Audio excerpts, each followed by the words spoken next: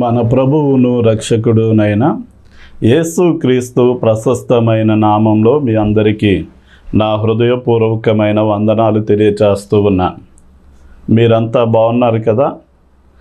మీరు మీ కుటుంబాలు క్షేమంగా ఉండాలి అని మా అనుదిన ప్రార్థనలో జ్ఞాపకం చేసుకుంటూ ఉన్నాం.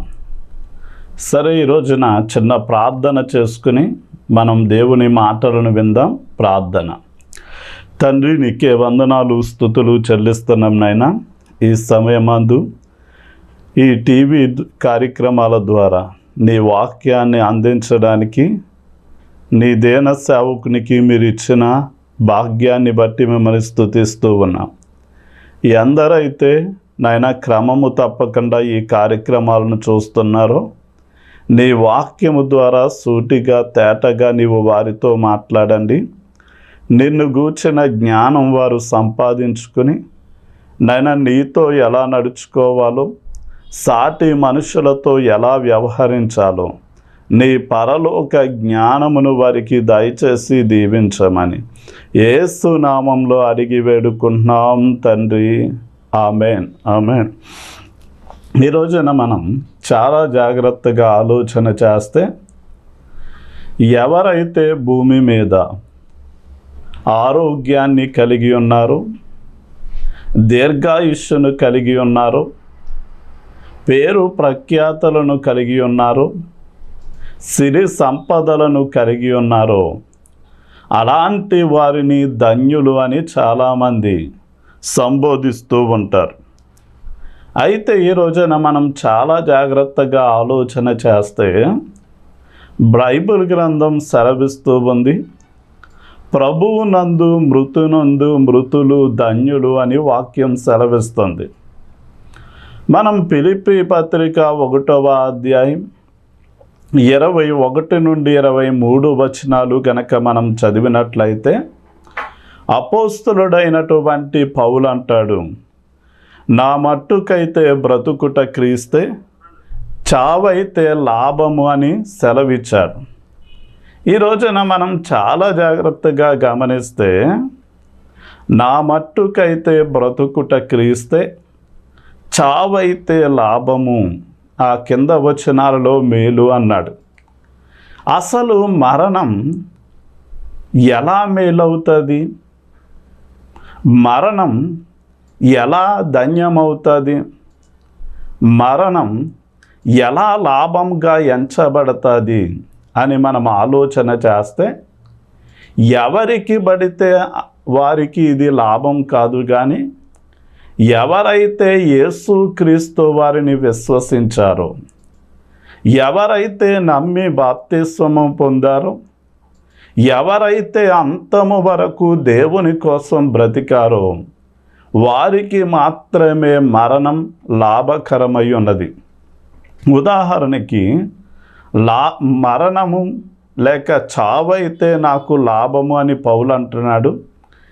ఎలా లాభం అవుద్దో మనం ఒక 5 విషయాలను గనక మనం చూడగలిగితే, మనం యెషయా గ్రంథం 57వ అధ్యాయం 1వ వచనాన్ని మనం చూడగలిగితే, నీతిమంతులు నశించుట చూచి ఎవరును దానిని మనస్సున పెట్టరు, భక్తులైన వారు తీసుకొని పోబడుచున్నారు, కీడు చూడకుండా నీతిమంతులు కొనిపోబడుచున్నారని ఎవనికి నీ తోచదు.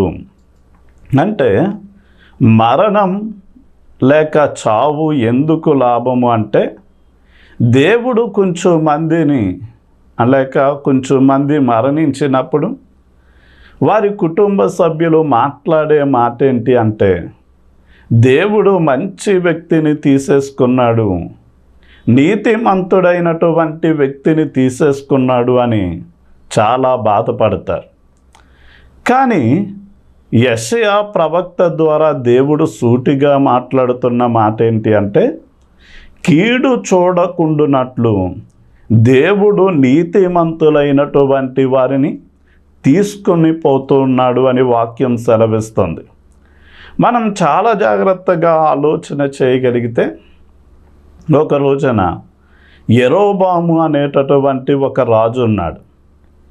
ఆయన ఇశ్రాయేలీల 10 గోత్రాల మీద రాజుగా ఉండి పరిపాలన చేస్తూ ఉన్న సమయంలో అతనికి పుట్టినటువంటి సంతానంలో అబియా అనేటటువంటి తన కుమారుడు సడన్గా జబ్బు చేసింది.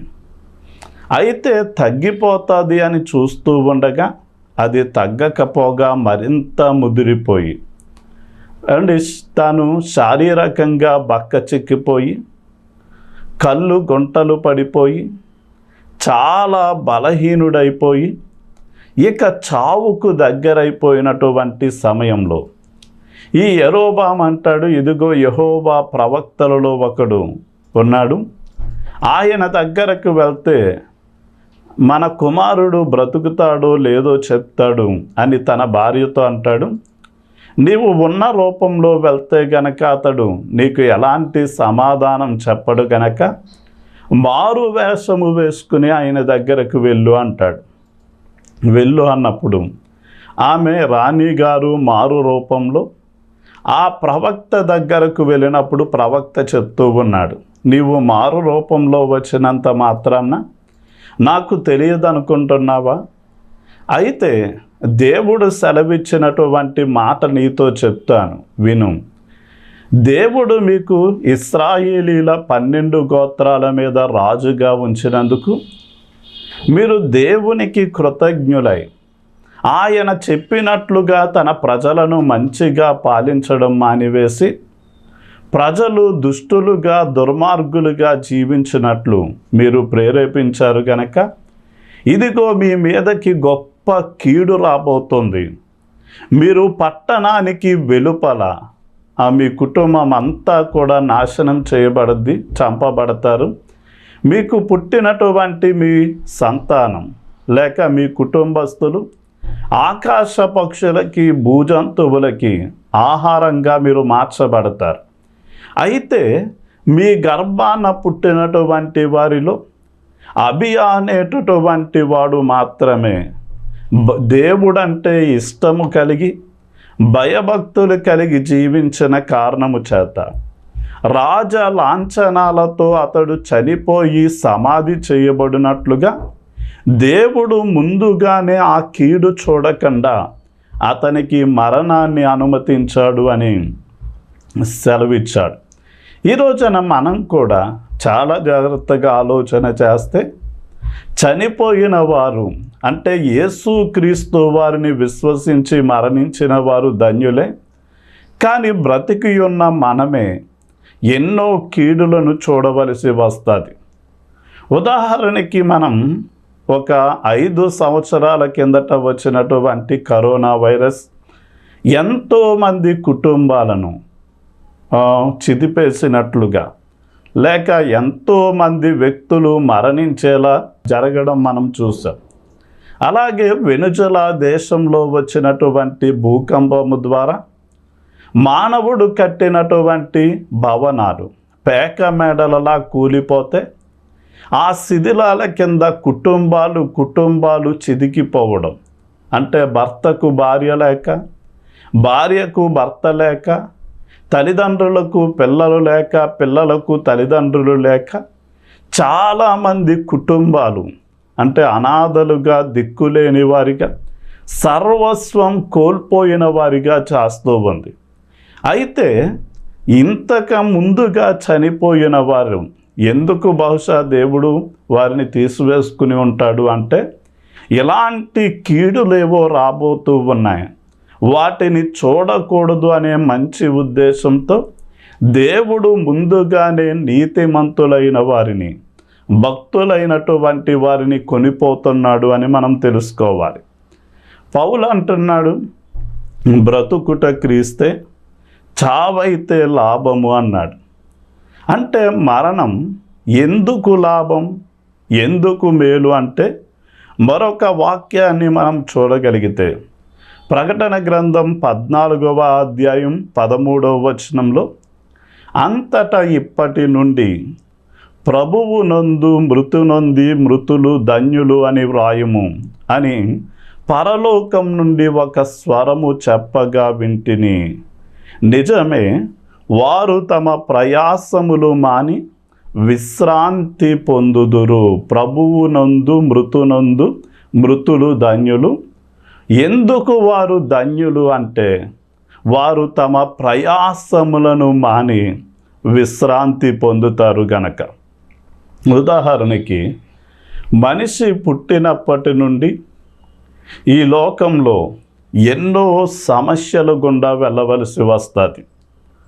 ఉదాహరణకి ఈ రోజున ఒక కుటుంబం పోషింపబడాలి అంటే ఇంటిలో ఉన్నటువంటి మగవారు ఎండకు ఎండాలి, వానకు తడవాలి, శీతగాలులకు తట్టుకొని ఎంతో కష్టపడితేనే కానీ జీతము రాదు, కుటుంబము పోషింపబడదు. కానీ ఎండైనా వానైనా ఆ శీతల వాతావరణమైన ఒక మనిషి ఎంతో కష్టపడి ఏం చేస్తున్నాడంటే తన కుటుంబాన్ని పోషించుకుంటూ ముందు కొనసాగుతూ ఉన్నాడు.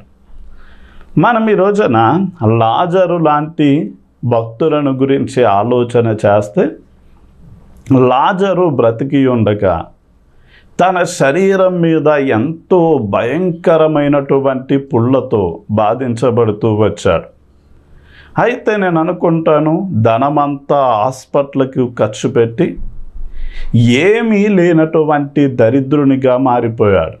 అంటే కట్టుకోవడానికి సరైన వస్త్రం లేదు, తినడానికి ఆహారం లేదు, ఉండడానికి మంచి నివాసము లేక ఎంతో బాధపడుతూ అతడు తన జీవితాన్ని గడిపాడు.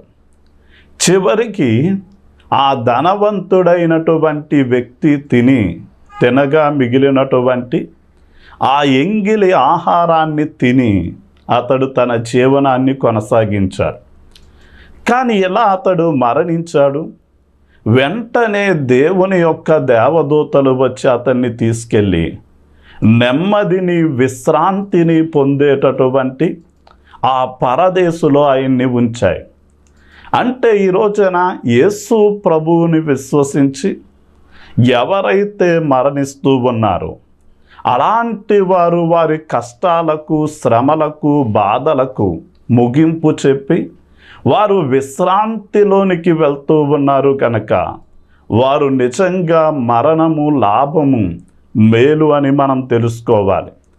ఇక మనం మరొక విషయాన్ని గనక మనం చూడగలిగితే 2 కొరింథీ పత్రిక 5వ అధ్యాయం 7-8 వచనాలు చూడగలిగితే గనుక ఈ దేహంలో నివసించుచున్నంత కాలము ప్రభువుకి దూరంగా ఉన్నాము అంటూ కింద 8వ వచనంలో అంటాడు, ఈ దేహము విడిచిపెట్టి ప్రభువునొద్ద నివసించుటకు ఇష్టపడుచున్నాము అన్నాడు. అంటే మరణం ఎందుకు మేలు, లాభం దేవుని నమ్మిన బిడ్డలకు అంటే ఏ వ్యక్తి అయితే యేసు ప్రభువుల వారిని విశ్వసించాడు ఆ వ్యక్తి తాను దేహంలో నివసించినంత కాలం దేవునికి దూరంగా ఉంటున్నాడు. కానీ ఒక్కసారి తన దేహాన్ని విడిచాడు అంటే అతడు దేవుణ్ణి అంటే సమీపిస్తున్నాడు, దేవుని యొద్దకు చేరుతూ ఉన్నాడు. అంటే క్రైస్తవునికి మరణం ముగింపు కాదు, కానీ అది దేవుని సన్నిధికి చేరేటటువంటి మార్గమై ఉన్నది అని మనం చాలా జాగ్రత్తగా తెలుసుకోవాలి.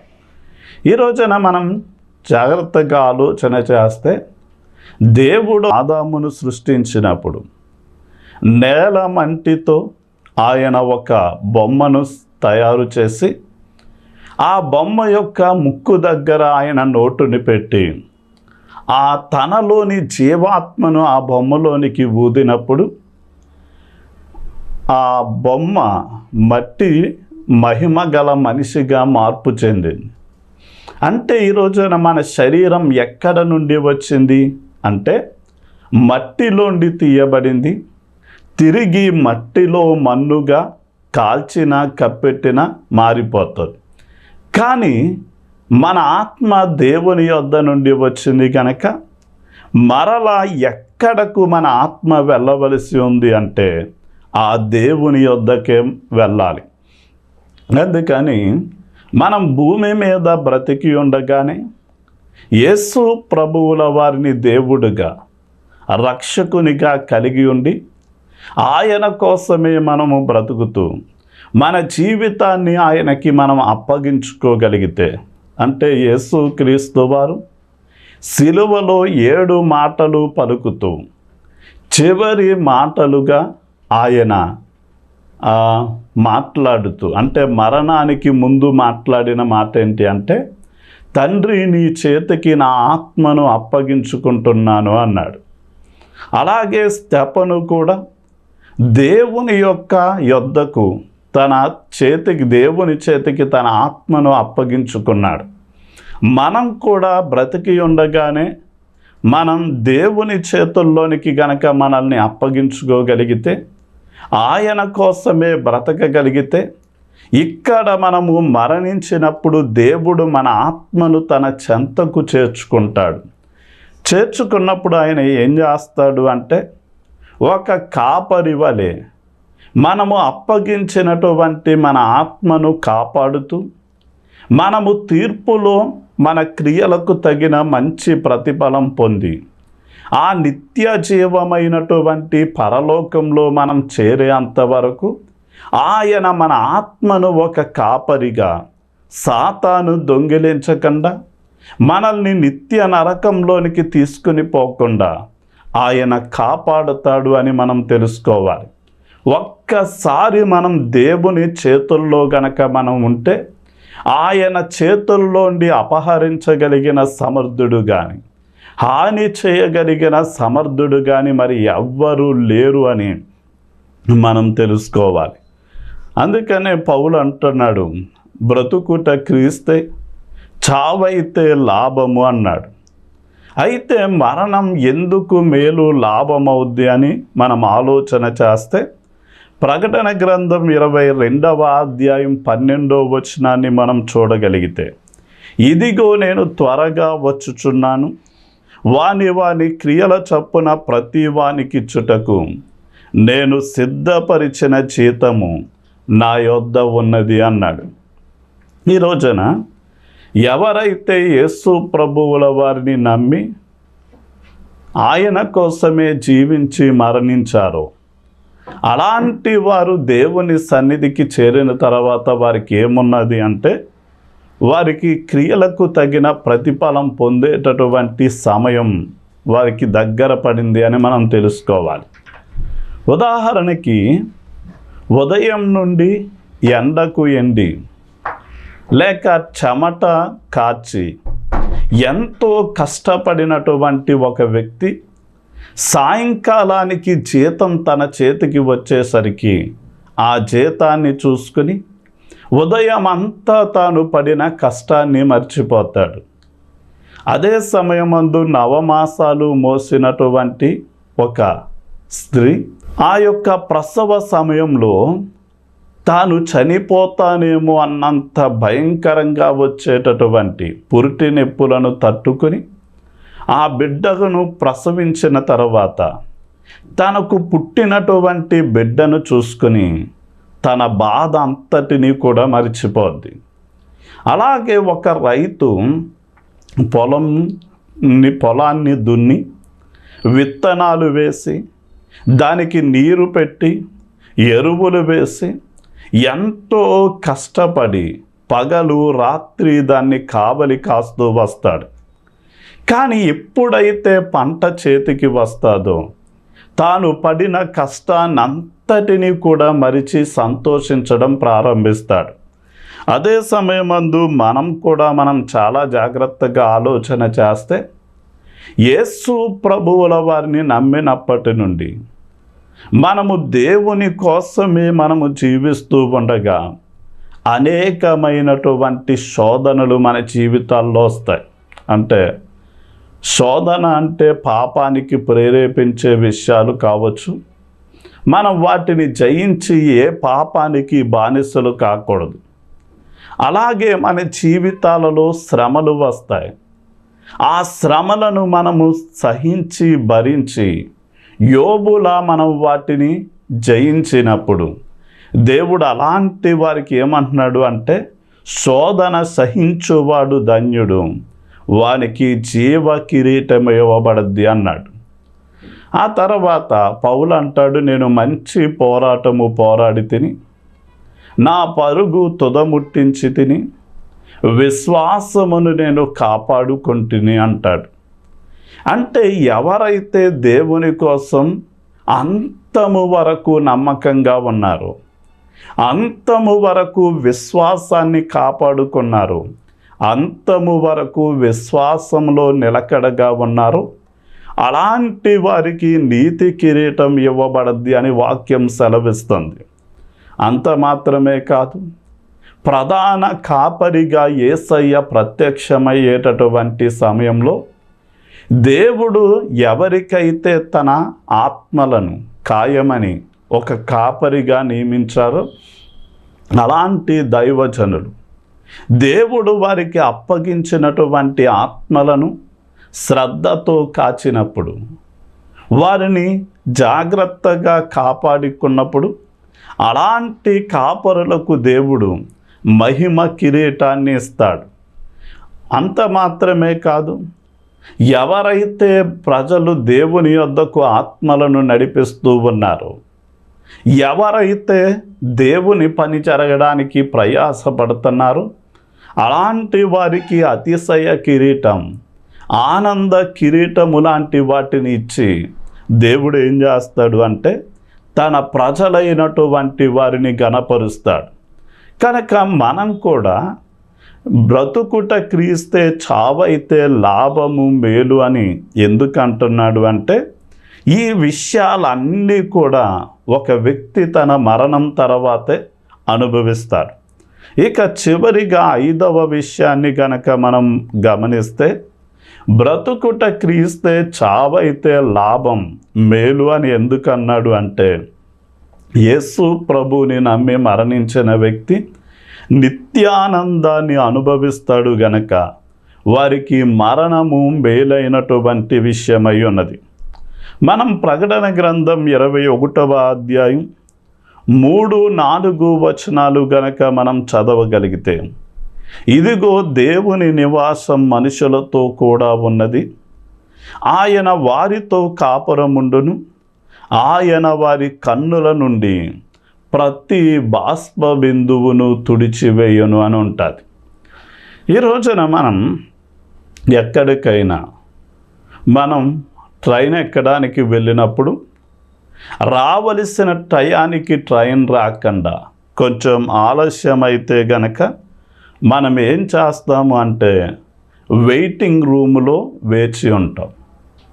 అదేవిధంగా భూమి మీద పుట్టినటువంటి ప్రతి వ్యక్తి తన మాట్లాడిన మాటలను గురించి, తాను చేసిన ప్రతి పనిని గురించి దేవునికి లెక్క చెప్పవలసిన ఒక తీర్పు దినము అనేది ఉంది.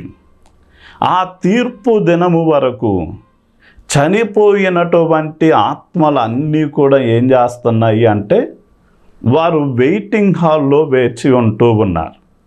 అంటే వేచి ఉండే స్థలం 2 భాగాలుగా ఉంది. ఒకటి పాతాళము అనేటటువంటిది. అంటే ఇక్కడికి ఎవరు వెళ్తారు అంటే, అనీతిమంతులైనటువంటి వారు ఆత్మలు అక్కడికి వెళ్తాయి. అది ఎలాంటి స్థలము అంటే, నరకానికి ఒక మచ్చుగా ఉంటుంది. అక్కడికి వెళ్ళినటువంటి వారు బాధ యాతనను అనుభవిస్తారు అని మనం తెలుసుకోవాలి. ఉదాహరణకి ధనవంతుడు భూమి మీద బ్రతికి ఉండగా అంటూ ఉన్నాడు, నా ప్రాణమా తిను తాగు శృకించు అని.